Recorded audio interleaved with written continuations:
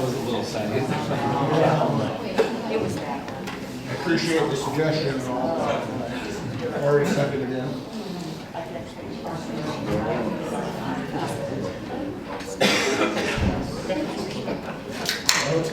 Oh, I know. No tickets up that. Thank you.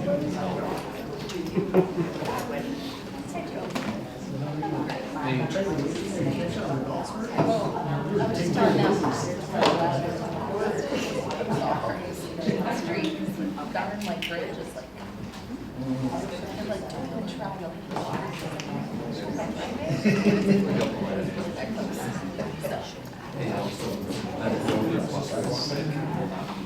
Gotcha. Okay. Okay, you guys ready to roll? Got a minute? All right, good evening, everybody. We're going to begin our meeting this evening, so we're running a couple minutes behind. We had some committee work before this. So I will call the meeting to order of the Bennington Public Education Board of Education meeting on April 14th here at 6:04. We'll begin this evening with the Pledge of Allegiance.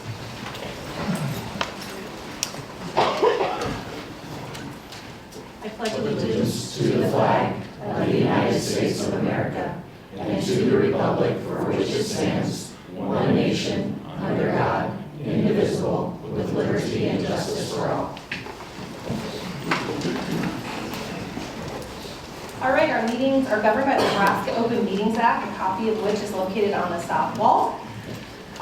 Jody has verified publication of our meeting this evening and is handing me the orange sheets. So we will begin tonight with our public forum, which is the opportunity for the community to speak with the board.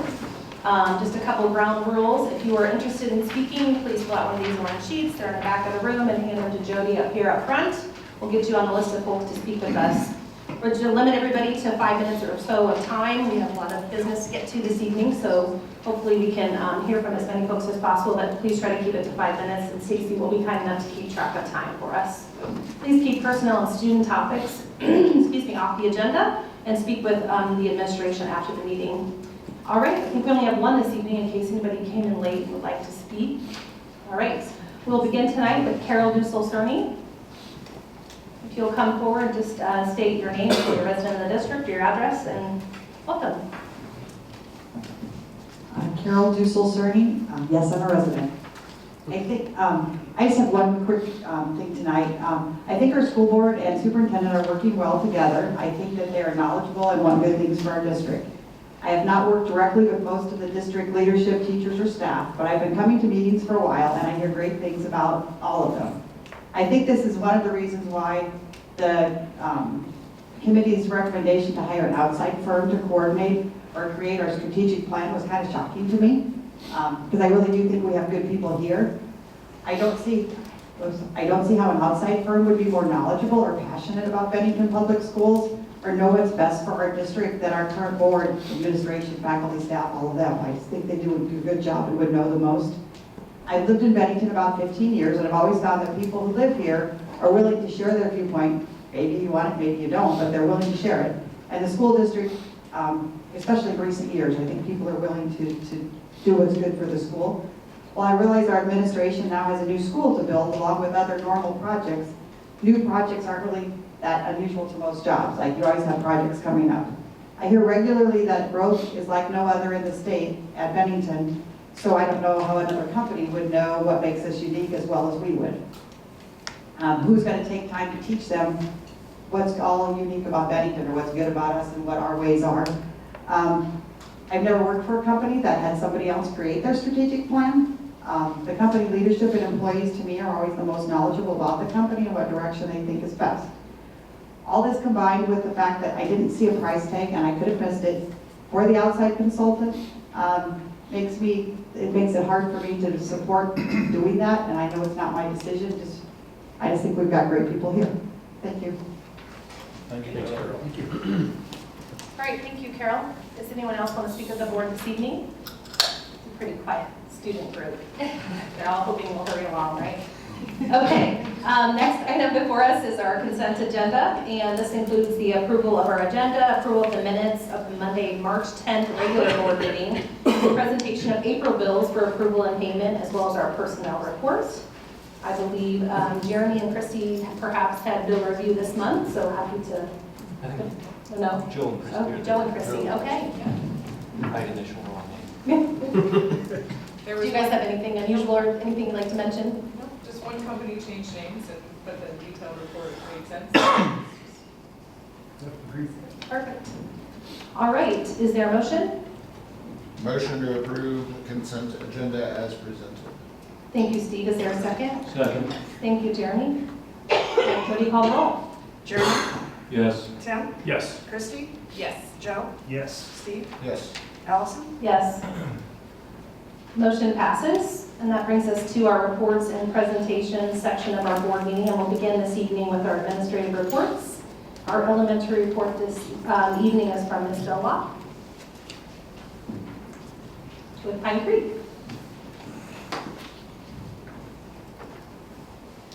Hi, I'm Allison Dello, principal at Pine Creek. We just highlighted each of the elementaries have the PTO staff appreciation weeks recently.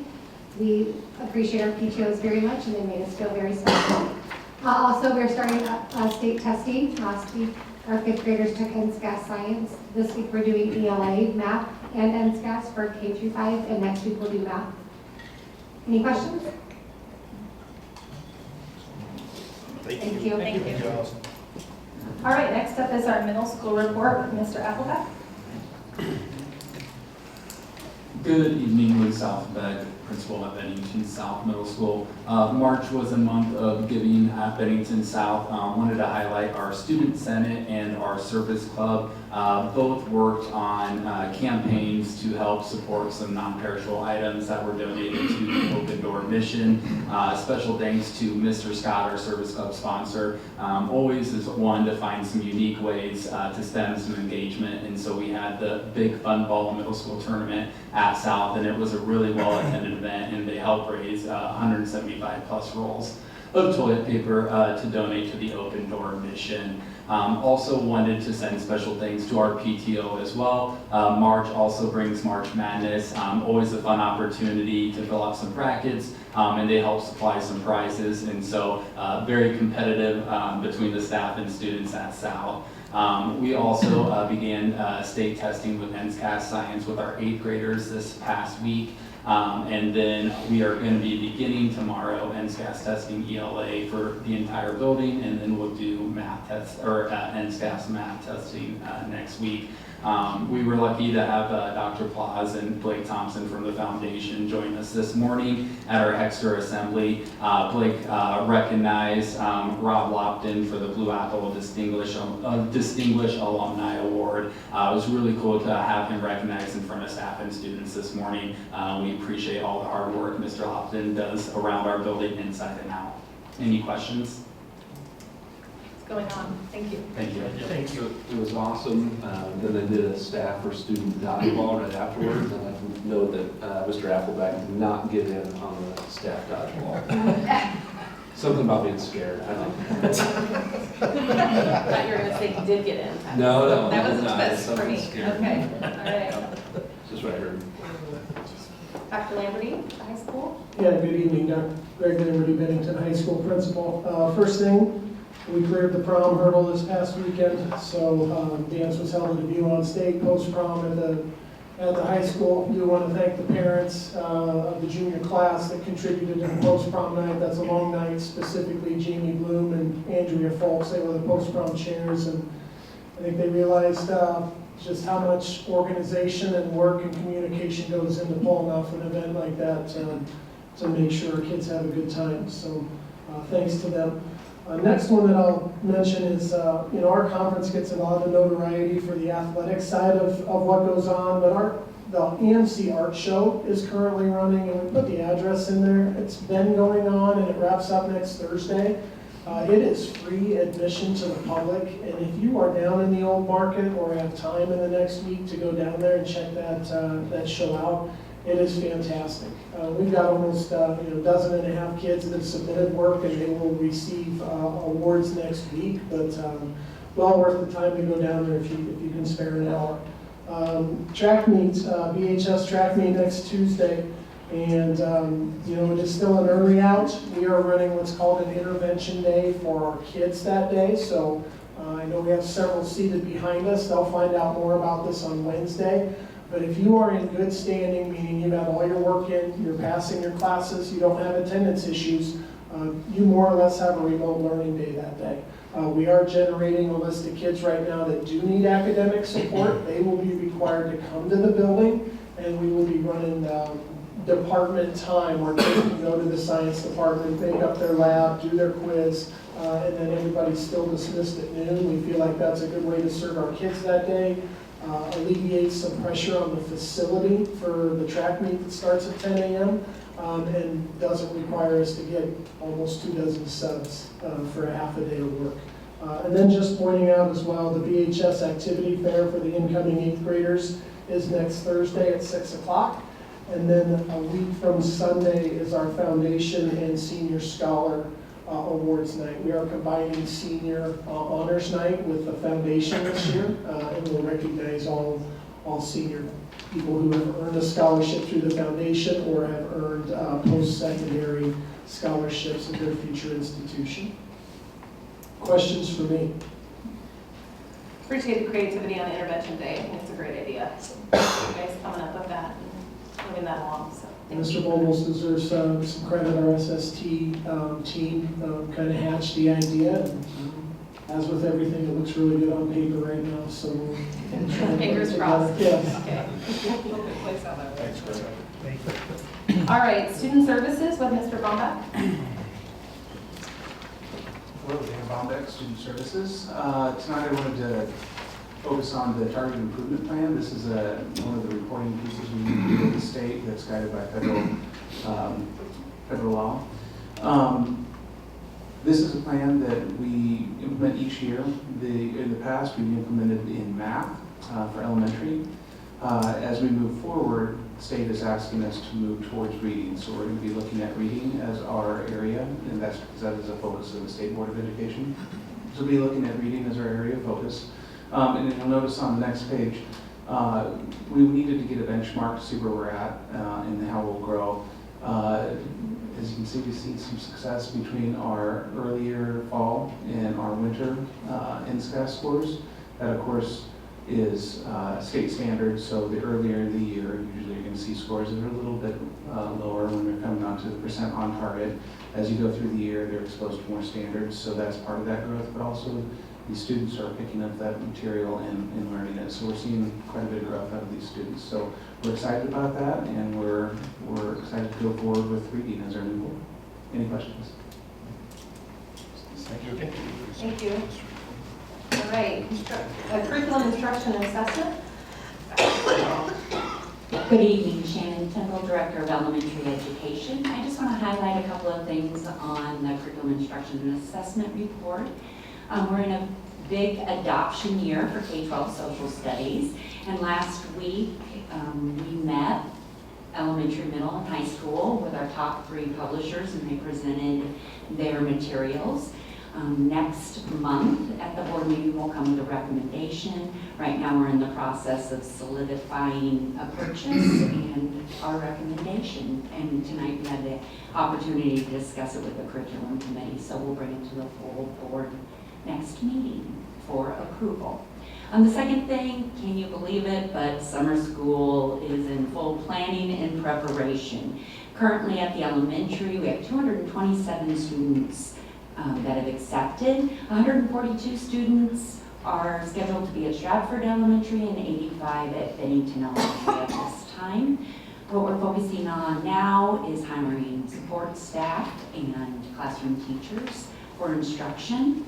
I want to put on a plug, high school students in the audience, and any of you that are pursuing education, great opportunity to get some volunteer hours by working our elementary summer schools and working with those students. So contact Mrs. Guinan if you're interested.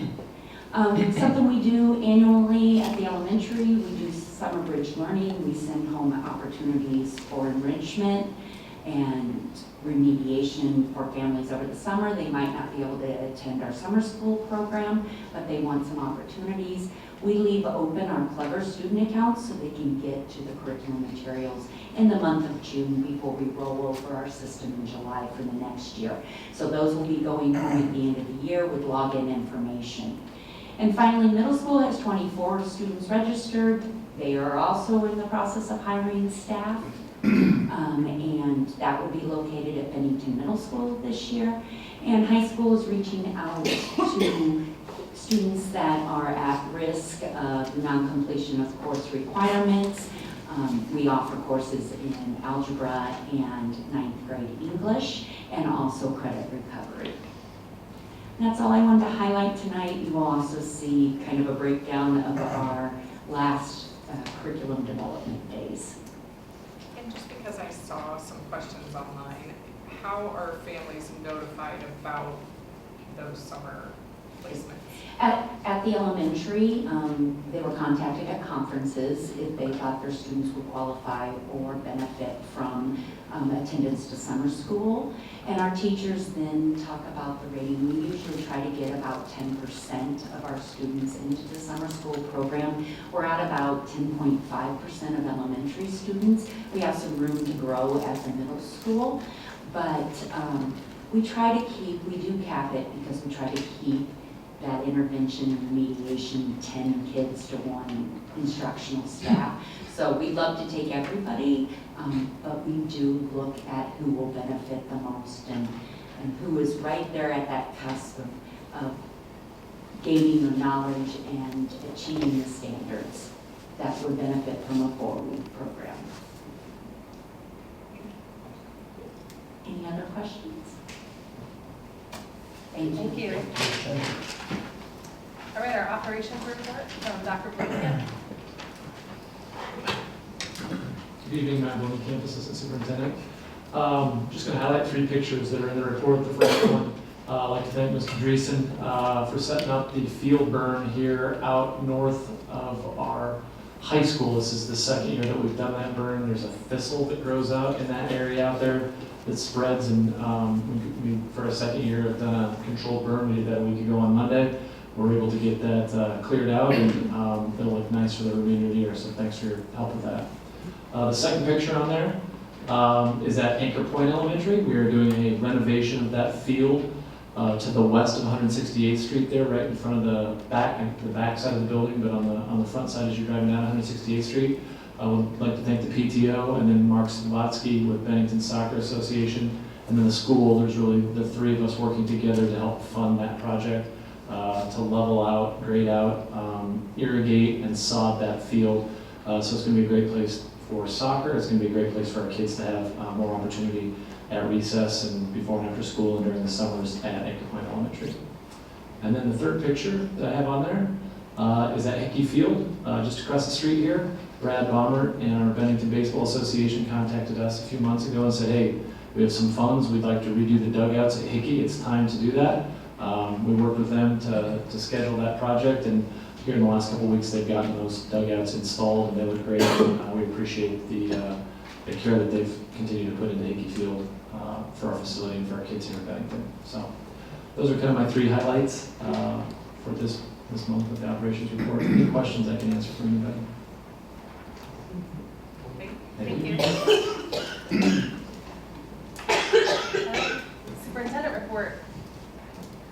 Okay, thank you. We're going to start with the bond issue, which feels like about 4 decades ago, but apparently that was before last month's meeting. And so since we've been updating on it every month, just wanted to kind of put a bow on it as well. The bond election was done the day after our previous meeting, and so it did officially pass. We had 4,554 patrons that voted for and 1,859 that voted against.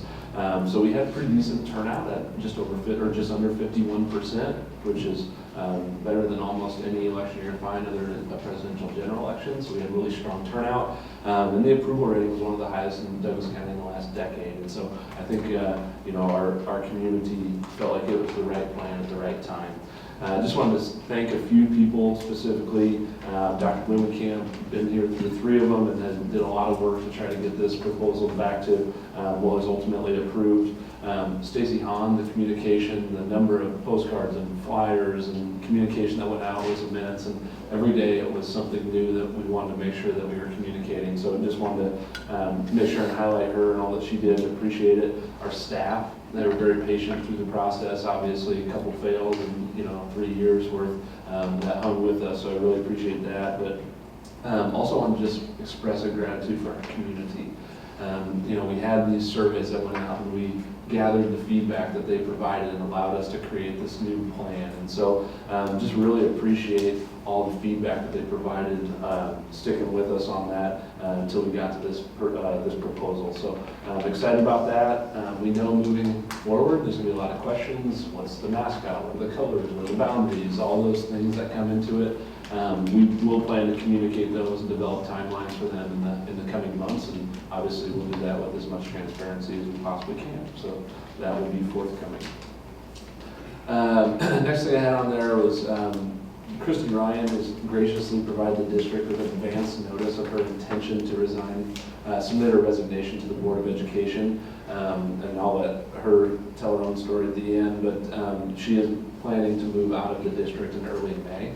And so if that takes place, obviously no longer allowed to be a Board of Education member, but person who worked with Christy over the last year and a half. She's been on the board for 2.5 years and just been an invaluable member of our team. Somebody that's just been amazing about helping our operations. Somebody that's added incredible value to our curriculum proposal, the curriculum process in general. Always gave that educator perspective, and not all the times have been amazing in the last 2.5 years and easy, and so she helped lead us through some really challenging times as well. Really appreciate it, but I guess what I'm going to remember about Christy is just being an incredible teammate. She's always dedicated to public schools, dedicated to the group as a whole, and I really appreciate that. And not that this is an end result, but I want to make sure that we recognize her and all that she did. As far as the actual logistics behind it, when she does submit a formal letter of resignation, from that day forward, the board will have 45 days to appoint a new board member. That board member will finish out the term, and so until December of 26. And so we'll have to work on that over the next month and a half once that official resignation takes place. We'll spend more time on this at the May meeting. So at the May meeting, we'll have a full discussion once you guys figure out where you want to go moving forward from there. So. Thank you. And first, I just thank you for your kind words. I've written a few things down because I know I'll get either emotional or just forget to say something. So I've learned a ton from this experience, and so my biggest regret is just creating a little more work for you all, because I know you have enough on your plate already. And I've learned a ton, and I'm sorry I have to cut it short. I had no idea that we would find ourselves in kind of this caretaking sandwich generation after we lost my dad in August. We knew things would change a lot, but just didn't know how much. And so we're going to make this move to be closer to my mom and kind of help with some things. But know that we'll still be actively involved in Bennington and in the Bennington community through church, which is through Timbers. And even though I wasn't able to kind of finish up, I am confident that our schools are in amazing hands with all of you. And so just thank you. And thank you for being understanding and gracious as I have to make these family changes. So appreciate you all. And we're not going to totally let you off the hook in May, so we'll plan on you coming back. How about that? Okay, sounds good. All right. Thank you. Third thing up on there is the strategic plan consultant selection. The Building and Finance Committee met last week and just talked about the different options and looked through different bids that were associated with Nebraska-based companies, and ultimately decided to go with Cortica as the strategic planning consultant.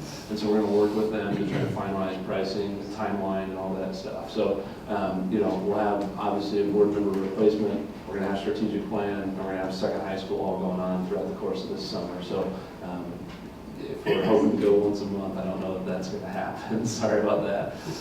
But we are excited. We're going to obviously involve staff, families, community members. This is going to be an all-in strategic plan with with everybody to make sure that we have the goals that are appropriate for Bennington Public Schools in the coming years. So we'll work with them. That's pretty cool. We're out of spirit. That's a celebration. I think it's that bad. Stroke. Wake everybody up. That's awesome. That's a power surge because the network just went down. Network went down? But I'm recording locally, so we'll post it at the end. Okay. I think my microphone's not, is this working? It's probably gonna take a minute It's to probably Yeah, gonna yeah, take yeah. some minutes because mine went down from the, That was somebody hitting the lights. I don't Keep know. going? Yeah, I guess. Okay. So last thing I had on there is the kindergarten numbers.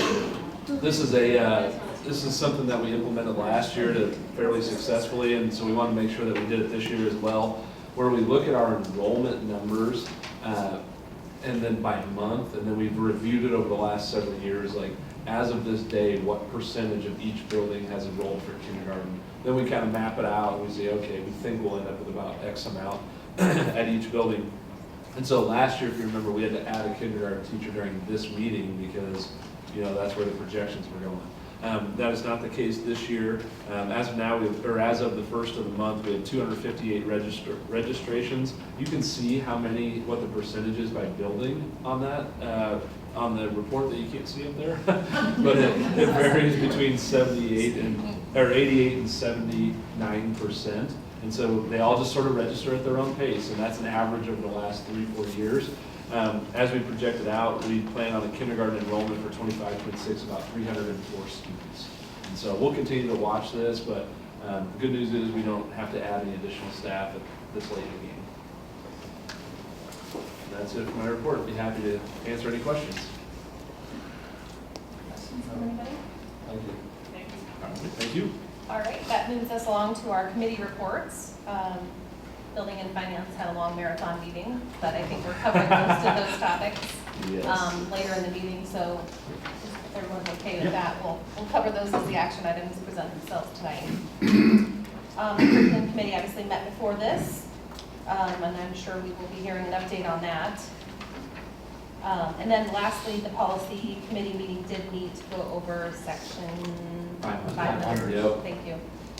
So that was another marathon committee meeting, but we made it through, and always helpful to look through those more regularly, and I'm glad we've been able to adopt a process to do that. So more to come on those. I know we've kind of landed a huge item on your plate to get the policies ready to go. This is going to test my skill on it. I think I have covered a lot during my tenure, but doing it in the dark is not one of them. Okay. Jeremy, do you have anything to add on policy? Okay. Are we voting on a generator? Or Right. There we go. Why are the lights on out This is there? testing my eyesight too. we might have just blown a fuse. Do we have any candles around? There you go. Take it. Thank you, Rob, for getting us in line here. I think our next up is our coordinator report with Mrs. Watzabach, Nutrition Services. Well, I kind of need them. If you need your, oh, yeah, we can't do the presentation. okay. I have a Here, if you paper want- copy of mine. Oh, I Want me to can- go? You can take this up here and click through it and talk And off just, of it. okay. We can be flexible if you Okay, have so it. can't we pull it? Yeah, we can't pull it up now because the internet's down, but I'm we on all, my- we all have access to it. I'm on my hotspot on this, so that's why I'm able to get this up here. Do we want to plug in? Oh, we could. Yeah, because I have the hotspot on. Do you want me to give the lobbyist report? Yeah, that'd be There great. you go. Time? Perfect. By a couple minutes. Okay, so while they're working, Julia Plucker was unable to be here just due to, she became ill. And so she wasn't able to be here tonight, so I told her I'd do this on her behalf. But we've got through 2/3 of the legislative year, so we're past day 60, which is last week. They're on recess today, start back up tomorrow. But they're going to start up on their late night sessions as well. And so they're going full day sessions. In a few weeks, I believe they'll start going all the way through the nights. One thing to keep in mind is we are now on pretty much only prioritized bills And so they're not, spending much time on anything that wasn't prioritized.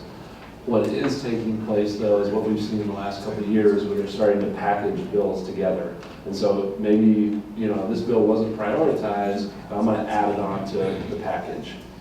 And so that's one thing that we're starting to see, which is one that she highlighted on there was the Education Committee. So the Education Committee had 6 bills that they're lumping into one that I believe has gotten voted out already. It will be on the floor. It's all going into 653. Those are changing the school transportation expenses and how those work, providing admission to extracurricular activities for certain students, and then the suspension, they're going to modify. Currently, you're not able to suspend students pre-K through 2nd grade. They're going to look at maybe modify that to allow if there's violent behavior. And then, they're looking to establish a financial database for all schools in the state of Nebraska, which would pull up everybody's AFRs and all their information into one spot. Then I believe we're going to add 303 with the committee of that we talked about before, where you'd have a group of folks that would manage TOSR, look at it, make recommendations to the legislature. So those are going to kind of all come together, and we would anticipate more package bills will be forming here in the coming week as well between appropriations, revenues. The governor has been pretty clear he didn't want package bills, and then the speaker is saying no more than 7 bills. And so I don't know if that's a definition issue that they're having or what, but we'll figure that out in the coming weeks. One bill that is on final reading that's going to impact education is LD 140. You may have read about in the newspapers, which essentially says that all schools are going to have a policy in place on cell phones and communication devices within schools. We meet this already.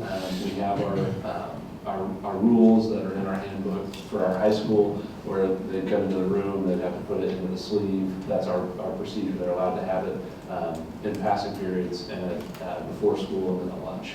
And as long as we have a policy enacting whatever rules that we have, we'd be okay. In the middle school, they're not allowed to have their phones. The elementary, they're not allowed to have their phones. So nothing would, unless we wanted to, nothing would have to change on that front. We meet the law already, but we'd have to put that in policy before next school year. That's going to final reading and sure appears like it's going to pass.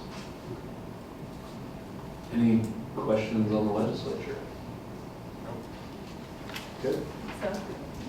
Thank you. All right, thank you. That was the most boring thing I could possibly do, and so now this is going to be great. I'm setting you up for success. Thank you, Dr. Blatt. Good evening, Tracy Watsabon, Nutrition Services Coordinator. Thank you for letting me be here tonight. We in Nutrition Services, we understand that we are here to support student learning, and we take that very seriously. I wanted to share our vision statement with you. Bennington Nutrition Services is dedicated to serving delicious and nutritious meals in a friendly environment that supports student learning and developing lifelong healthy lifestyles.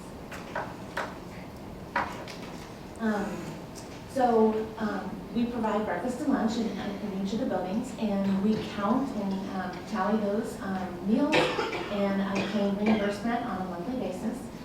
Students fall into 3 categories. Either they receive free meals or reduced meals, or they are fully paid. And there's a different reimbursement cost or price for each of those categories. This is the reimbursement prices for this school year.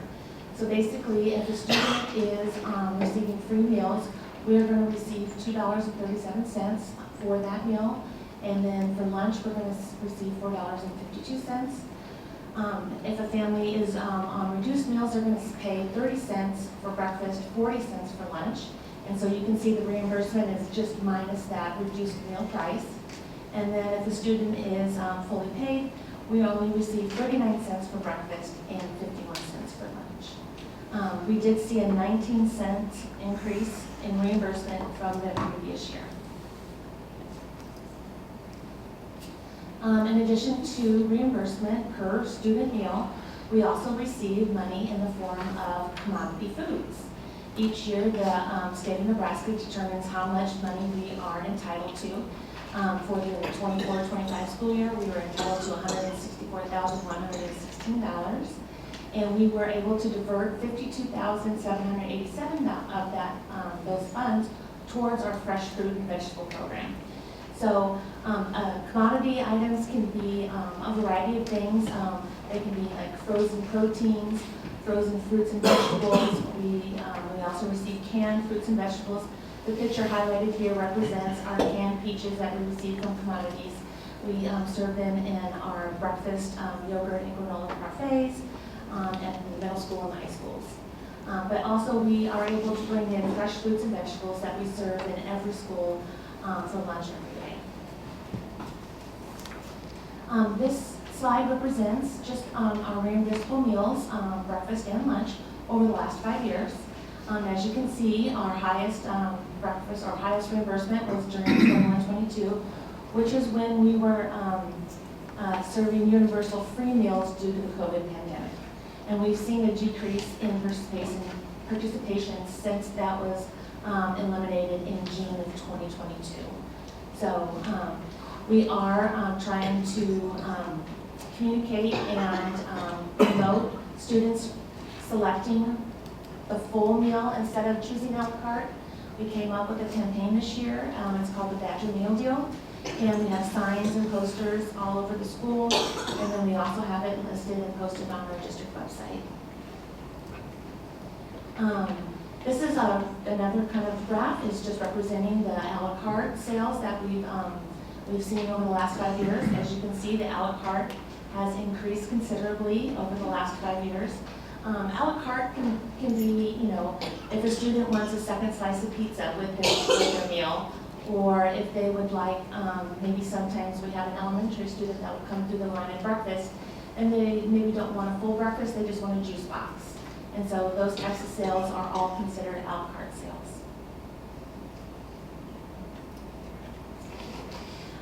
This slide just represents some of the statistics that we have in our program. District-wide, I pulled these reports just a couple days ago, but district-wide we're 13% free and reduced. So as you can see, I listed each school individually just to highlight the highest free and reduced percentage right now is at Heritage Elementary. The lowest free and reduced percentage is at Stratford. District-wide, we have about 60% of our students participating in the lunch program. So what that means is if a school had 500 kids, only 60% are choosing to eat a school lunch. The other 40% are choosing to bring a full lunch. Again, highlighting Anchor Point has the highest participation for lunch at 72%. And Bennington High School, although they serve the most meals, they're very high on a daily, but the number of students that are actually selecting to take a full meal is 30%. Same thing applies for breakfast. We're about 17% average for the district. Highest participation is at Heritage. Lowest participation is at the high school. So, that's right. So I compared meal pricing throughout the metro area with 18 school districts and came up with an average price that is listed there for breakfast and for lunch. And it's also for an elementary, middle school, and high school. And then I compared it to this year's Bennington prices. And we are consistently lower in meal prices than what the community or the metropolitan area average is. So as you can see, we're about 5 cents lower than elementary for breakfast, 12 cents for middle school, 9 cents for the high school. And for lunch, we're 19 cents lower for the elementary, 16 cents for middle school, and then 22 cents for the high school. So that leads me to this slide, and the 25-26 proposed prices, we are recommending a 15-cent increase across the board. So all meals and all levels would be 15 cents higher than this year. In addition, we're also recommending a 5-cent increase to the milk price. And we haven't increased milk prices for a couple of years, so it'll go from 55 cents to 60 cents. And then also it will affect the snack milk prices. So snack milk will go up slightly next year as well. That's not part of the USDA program, it's completely separate, but it is representative of what we charge for our milk.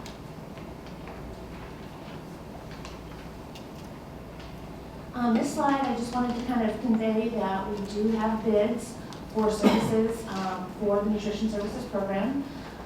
We use Centos as our linen supplier. They provide clean linens and aprons to each school. We use Highland Dairy for all of our milk products, Rotella's Italian Bakery, and then and those items all go out for bid. Those items are, Cintas is a 5-year bid, and so we have 2 more years before we go out for bid for that again. Highland and Rotella's are a 3-year bid, and I will be going out for bid for those next school year. But this year we did ask for requests for formal proposals for a primary vendor, and that is basically all of our groceries and supplies. We had 2 successful bidders. One was U.S. Foods, and the second was Performance Food Service, which we currently use. And after evaluating both proposals and doing a bid comparison on pricing, we are recommending going with Performance.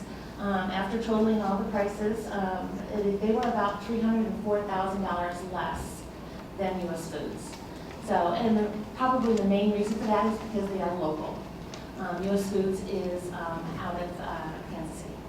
So, having a warehouse in Omaha helps them with delivery costs. So, we are recommending to continue our business with Performance Food Service. I would be remiss if I didn't talk about the wonderful nutrition services team we have in Bennington Public Schools. We have a head cook in each building. In Anchor Point, we have Roxanne McGavran. At Bennington Elementary, Patricia Childers. Carla Evans is at Heritage. Emily Coles is at Pine Creek, and Janet Snyder is at Stratford. Reggie Evans is at the middle school, Angie Mitchell at South, and Leah Christensen is at the high school. And then here at the district office, the receptionist, Rhonda Logeman, helps me with so many things. She does free reduced applications, and she also does handle school meal accounts. So looking back on 2024-25, some of our achievements, this year we were awarded the USDA Healthy Meals Award, and that is based on offering healthy menu items and recipe innovation. So we were very proud to receive that award. We have 5 staff and 5 head cooks that are now have certifications in School Nutrition Association. And last year was our first year serving summer meals for the All-Star kids, and we are going to continue doing that this year. So we're very excited about that. And then I was selected to be part of the Institute of Child Nutrition National Advisory Council that took place at Ole Miss University. So very enlightening. Some of the challenges, we continue to have staffing challenges. Right now we have 6 open positions in the Nutrition Services Department.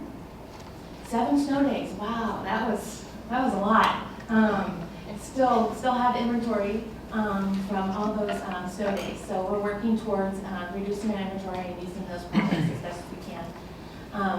We're working on replacing 11 out of 15 point-of-sale computers.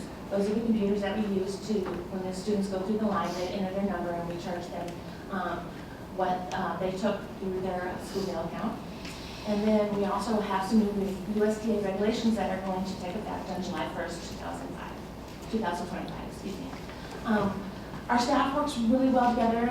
We're working to create enjoyable workplaces in each of the kitchens.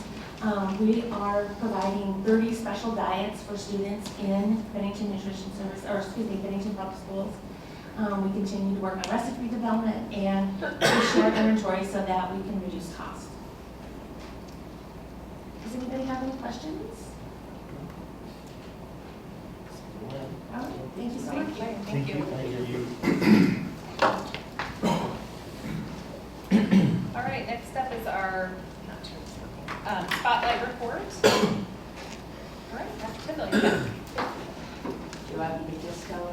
You're good. Okay. Same thing.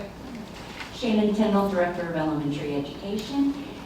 And boy, I'm going to have Tracy do my slides next time. They were much prettier than mine. So this is a report on the continuous improvement process and accreditation. And what is accreditation? Well, every system, public school system within Nebraska has to be accredited, have accreditation. And the process, part of the process is continuous school improvement.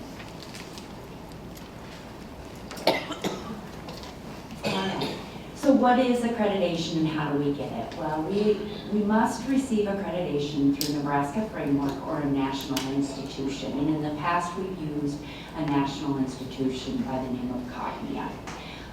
Part of that process is we have to host a school improvement external visitation every 5 years, where a group comes in and evaluates our continuous improvement process. So we have to provide them with evidence that we're continually evaluating our school system and striving to improve. And what the overall goal is of continuous improvement is to stimulate and improve effectiveness and efficiencies throughout our system. Part of the continuous improvement process are these bullets that we have to do. They are must-dos for accreditation. We must review and update our mission and vision statements, collection and analyze data of student performance, demographics, our learning climate, and collect information from our former high school students. What are they doing and were they prepared for what they choose to do post-high school?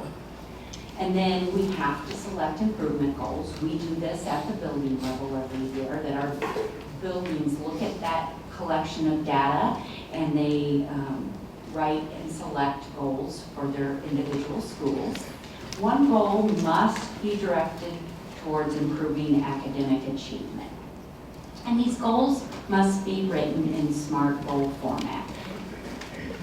And they must include strategies or action to achieve these goals, and we must always monitor the progress of these goals.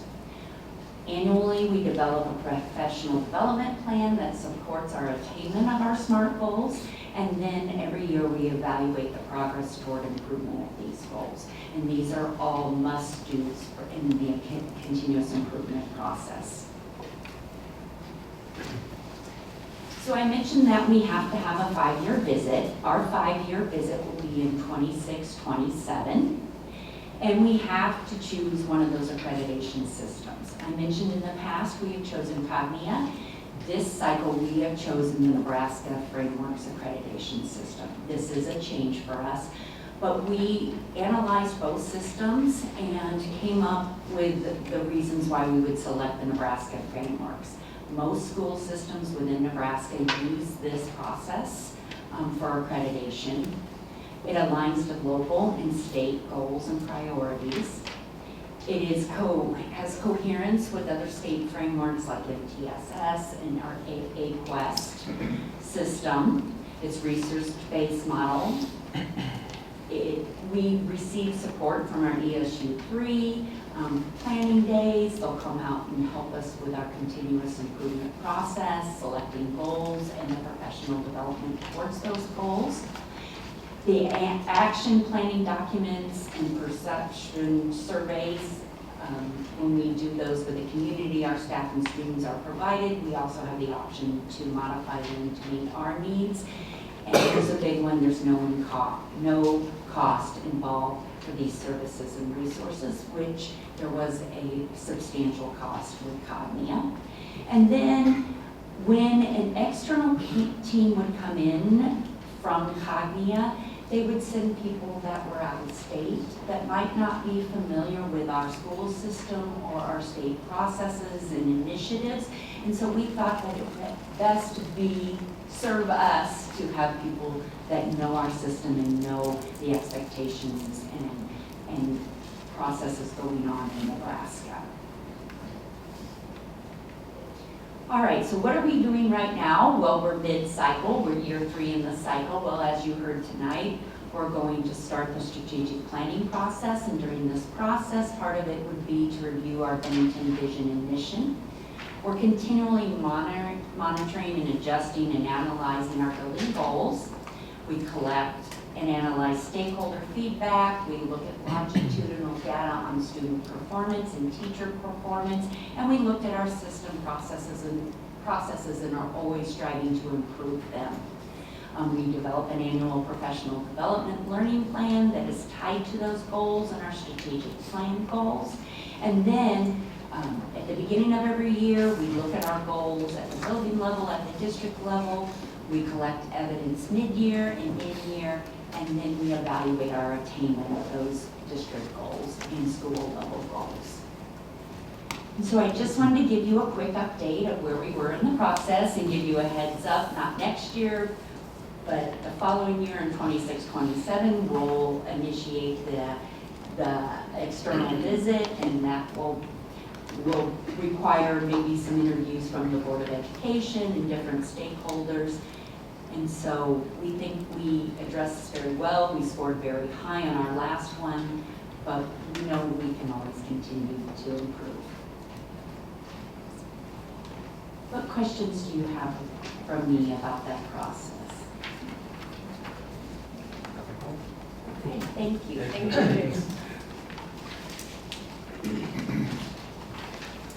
All right, that brings us to our new business. The first item of new business this evening is for us to discuss, consider, and take action on curriculum and personnel proposals.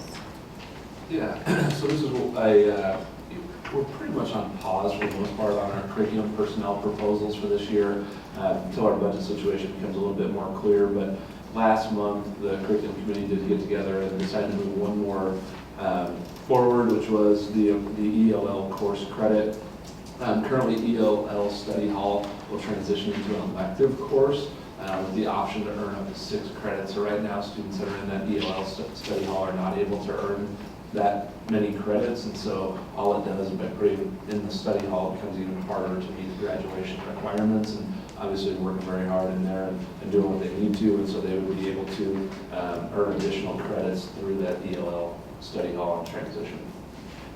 And all it costs us is we have $5,000 of curriculum costs, which I don't even know if it'll be that, but it's just adding to our curriculum in there. We already have the staffing, it's already in place, it's just a matter of allowing those credits to go with it. Any other feedback from the curriculum committee? We were all Perfect. I move to accept the recommendation by the curriculum committee for the 25-26 curriculum and personnel proposals number 22 as outlined in the March 10, 25 curriculum committee report and pending 25-26 budget approval. Is there a second? Second. Thank you, Tim. Any further discussion from the board? Quiet. All right, Jody, call the roll. Christie? Yes. Joe? Yes. Steve? Yes. Allison? Yes. Jeremy? Yes. Tim? Yes. Motion passes. All right. All of our lovely Building and Finance Committee activities. The next item is for us to discuss, consider, and take action on our summer maintenance purchases. Dr. Bloom. Okay, Matt Bloomkamp, Assistant Superintendent. Really bringing to you 3 big ticket items here. For this summer, concrete repair, we're asking for authority up to $100,000 to fix concrete around the district. If you remember last year, we worked with a company by the name of McTom that brought a new product to our district. It had been in other school districts in other areas around the metropolitan area. A fibercrete material that seals cracks and saved us some money as far as having to come out and rip out concrete and replace it, which gets very expensive very quick. And we've been pleased with the performance of that fibercrete material around the district and are making the recommendation to move forward to do more of that to fix areas, particularly at Heritage Elementary. The concrete at Heritage is original. That building's 15 years old.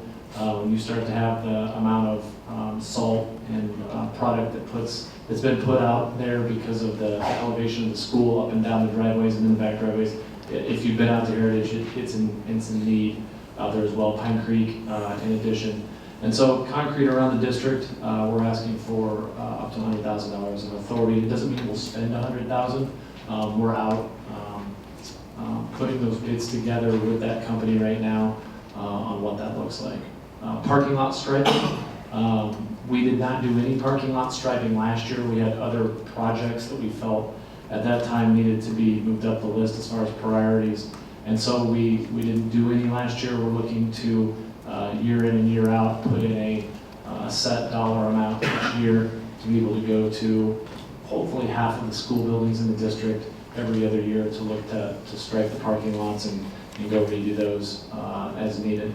And then carpet replacement, the carpet at Bennington High School in the original building. That building is now about 20 years old. Carpet in the hallways, the carpet in the classrooms, in both the first and second floor. That's still original carpet that we have. And so it is time to get that replaced. We're asking for authority up to $125,000. We don't believe that will be enough, most likely to do both the first and the second floor. So we're going to look to potentially break that project into 2 summers worth of work and come back to you for some more authority for that next year. And we are in the process with some carpet companies right now, looking at bids and products and what that would look like to replace that carpet. The total $275,000 out of the special building fund that we're asking a request for was money that we budgeted at the beginning of the school year when we built our budget. So it's not additional money that we're seeking, it's money that we have planned on having in the budget for summer maintenance and summer work this summer. Questions I can answer about any of those 3 projects that we're going to have up for recommendation here this evening. Had a chance to talk with Building and Finance in our last meeting last Monday about all 3 of these areas. By breaking up the carpet, does that increase cost at all, or is it? Not necessarily. It's an install cost. My experience with carpet is we've done it at times, whether I was here or many years ago in Bellevue. We've done it by classroom, we've done it by floor, we've done it by building. It isn't going to, it's not significant enough. And again, areas at the high school that are in dire need are the original footprint of the building. The junior high wing is still a few years away. Obviously, the activity wing is a few years away, and then recently we just added the G wing. That's many years away before we would have to replace that. Our band room might be able to be into that total as well. A band room that's 20 years old with carpet, with valve oil and instrument spit that's dumped onto the floor for 20 years is probably in a spot where we need to look at that as well. So we're looking at the band room carpet as well. Thank you. And we did talk as a committee about trying to schedule out like the parking lot striping, because we're to the size now where we just need to account for that annually, do a little bit of time and make sure we can stay up on that. Yeah, budgeting for it every year. Yeah, and we built, we're in about our second year of building out our 5-year summer maintenance and construction plans, which helps us budget and have a better idea of prioritization. We're working with our building principals, with Mr. Edens, Dr. Plaza, myself, Mr. Teese in the business office as well, of consistently building those plans, revising those plans, getting input on those plans, and we've kept the Building and Finance Committee up to speed pretty much in every meeting we've had throughout the course of this year. All right, any other questions? Nope. All right, I move for approval of the summer maintenance purchases as presented. Second. Steve, I think you were first. Fine. Right, second by Steve. Any further discussion or questions on the proposals? All right, Jody, call the roll. Christie? Yes. Joe? Yes. Steve? Yes. Allison? Yes, Jeremy? Yes. Tim? Yes. motion passes. All right, the next item before us is for us to discuss, consider, and take action on a certificated staff report. Just go to administrators first. Yeah, that's fine. List of our administrators in Bennington that are up for approval for next year. They are the same administrators that we had this year. There are no new names on that list. You can see who they are and how many years of experience in the district they do have, from Mr. Feeney with 1 year to Dr. Tyndall that has 19 years. As you remember, we did add an assistant principal at Anchor Point Elementary for the next school year that you have already approved in a personnel report earlier this year. Questions about administration? Okay. Move on to our first, second, and third year teachers. As you can see, we have quite a few. We're at about 350 total teachers in the district this school year. And so you can see quite a few in years 1, 2, and 3. Over the last 3 years, we've had quite a few hires, and I'm in my third year here, so I've had a hand in pretty much all of those. And we've been busy in the Human Resources Department as we've continued to grow.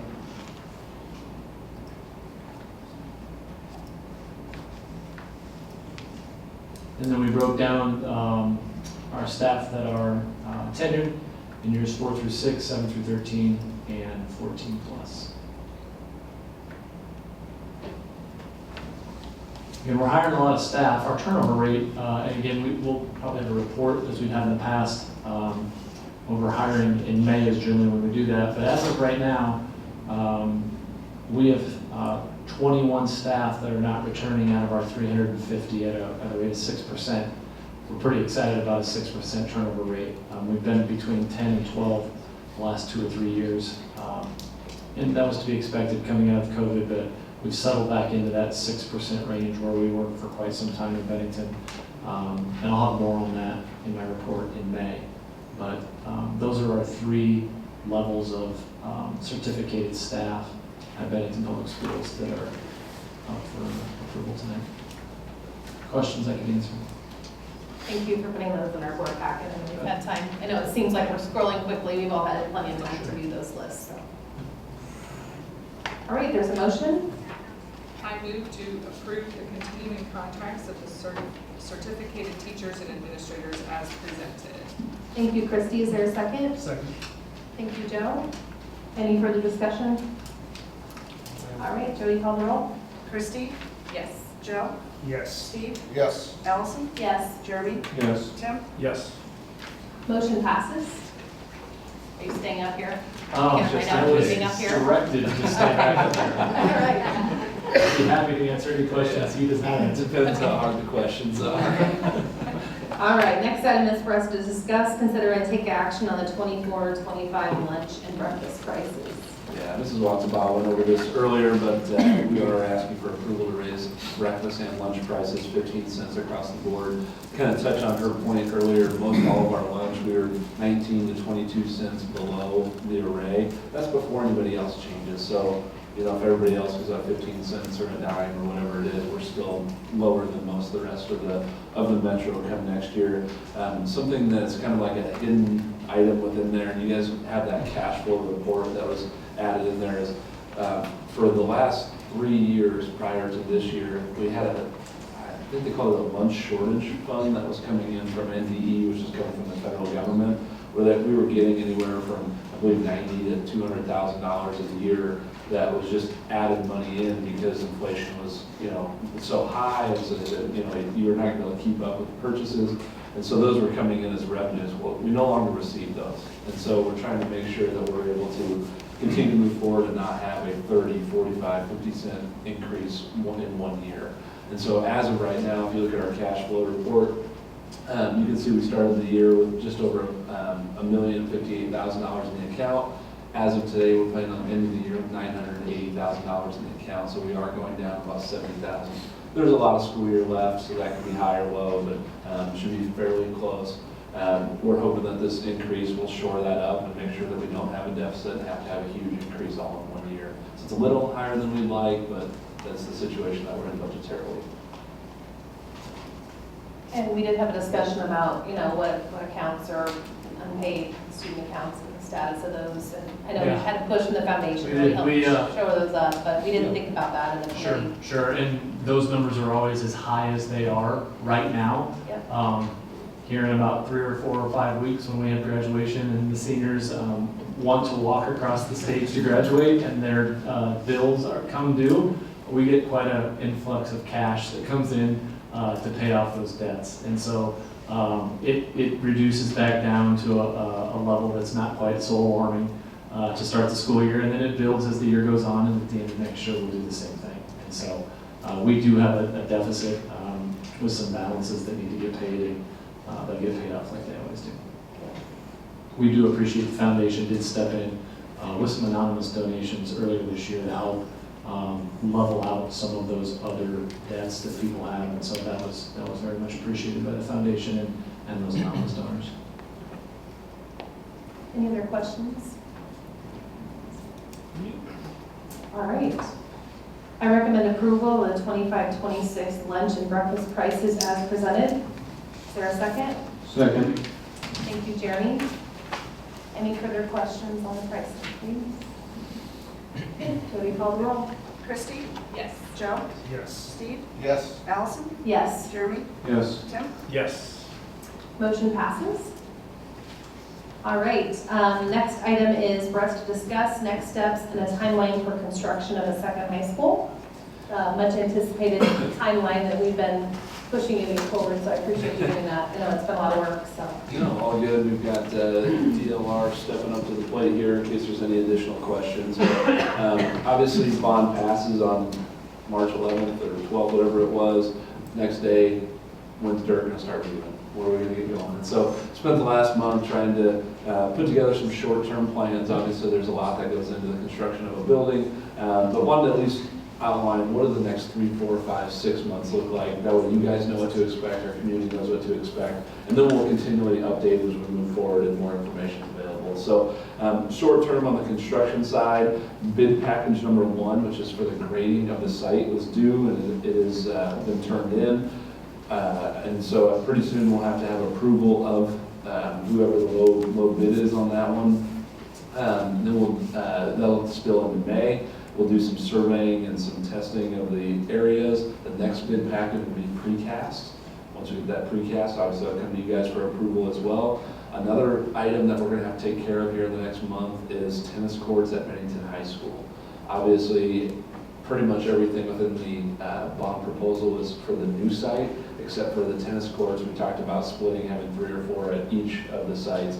Well, with our rental and our not having a home facility, it makes no sense to wait 3 years to put it in. So we'll get going right away on the Bennington High School tennis courts. Hopefully, we'll have those figured out here within May and the next month, and then they can start on, all the plans accordingly. June and July, we'll be working on the tennis courts. The grading will start out on high school number 2, and so you'll start to see dirt turning over there in May and June.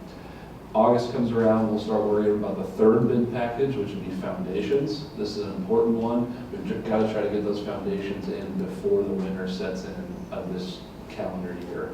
And so that's something that we're all pushing towards because we need to start the next spring right away. And so those foundations have to be ready. So that'll be taking place in August.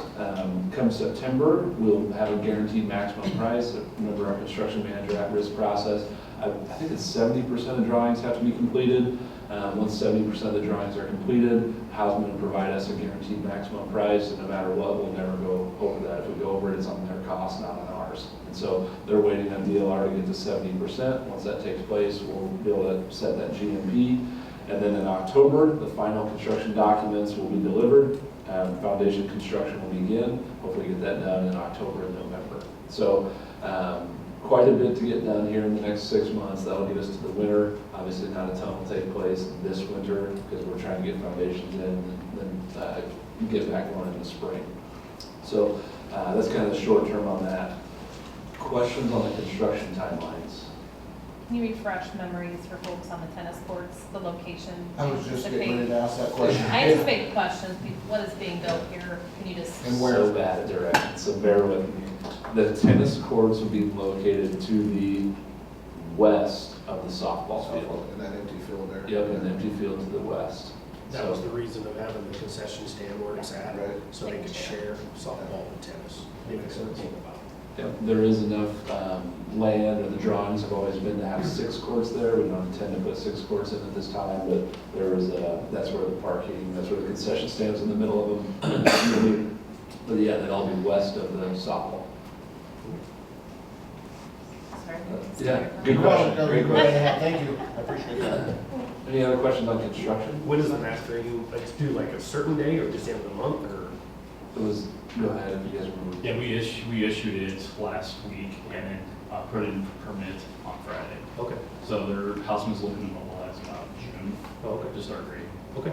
And the bids were due what day? It is due the 24th of April. And there's a lot of participation there, so. Good question.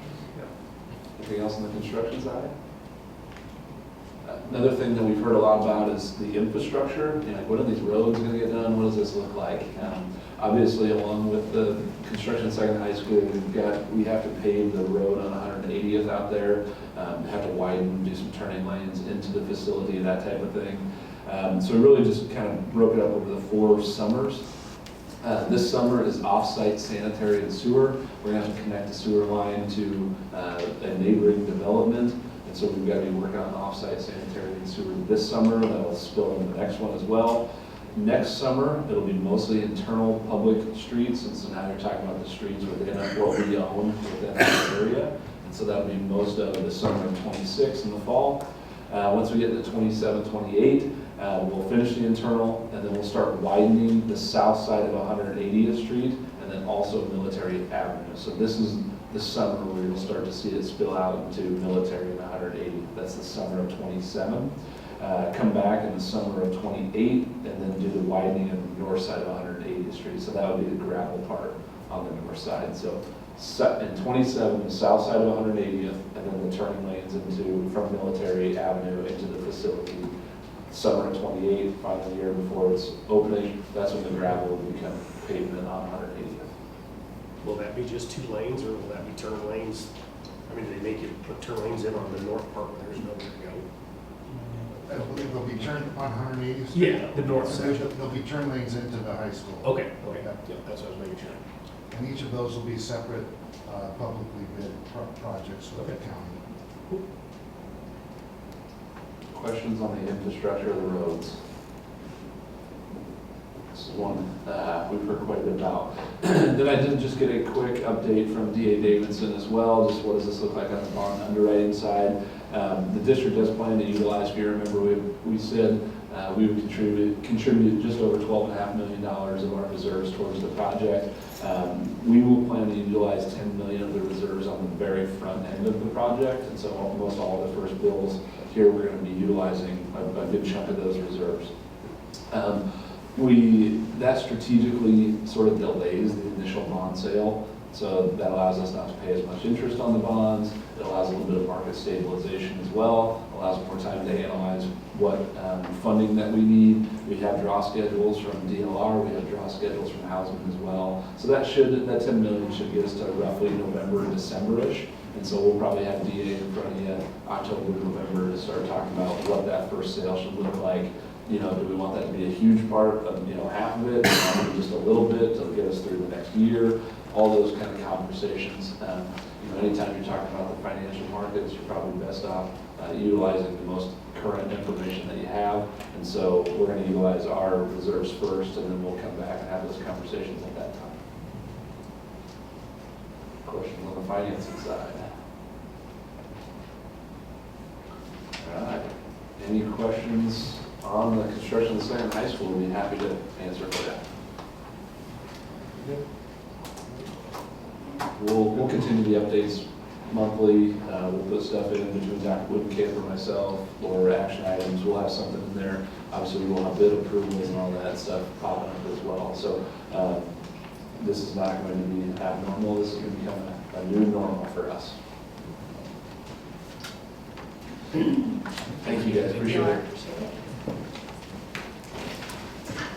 All right, that brings us to the very last item, which is the date and time of our next regular meeting, which is May 12th, our regular board meeting at 6 o'clock here in the district office. We will have various committee meetings, I'm sure, before then. Excuse me, and then a last reminder for professional development opportunities for the board, June 11th and 12th at the school law center. And going, let Jody know, she can help get you signed up. All right. Is there a motion to adjourn? I move to adjourn the meeting. All right, Tim, thank you. Is there a second? Second. Thank you, Joe. Jody, call the roll. Allison? Yes. Christie? Yes. Joe? Yes. Steve? Yes. Jeremy? Yes. Tim? Yes. Motion passes. We're adjourned. And if students, if you have the form,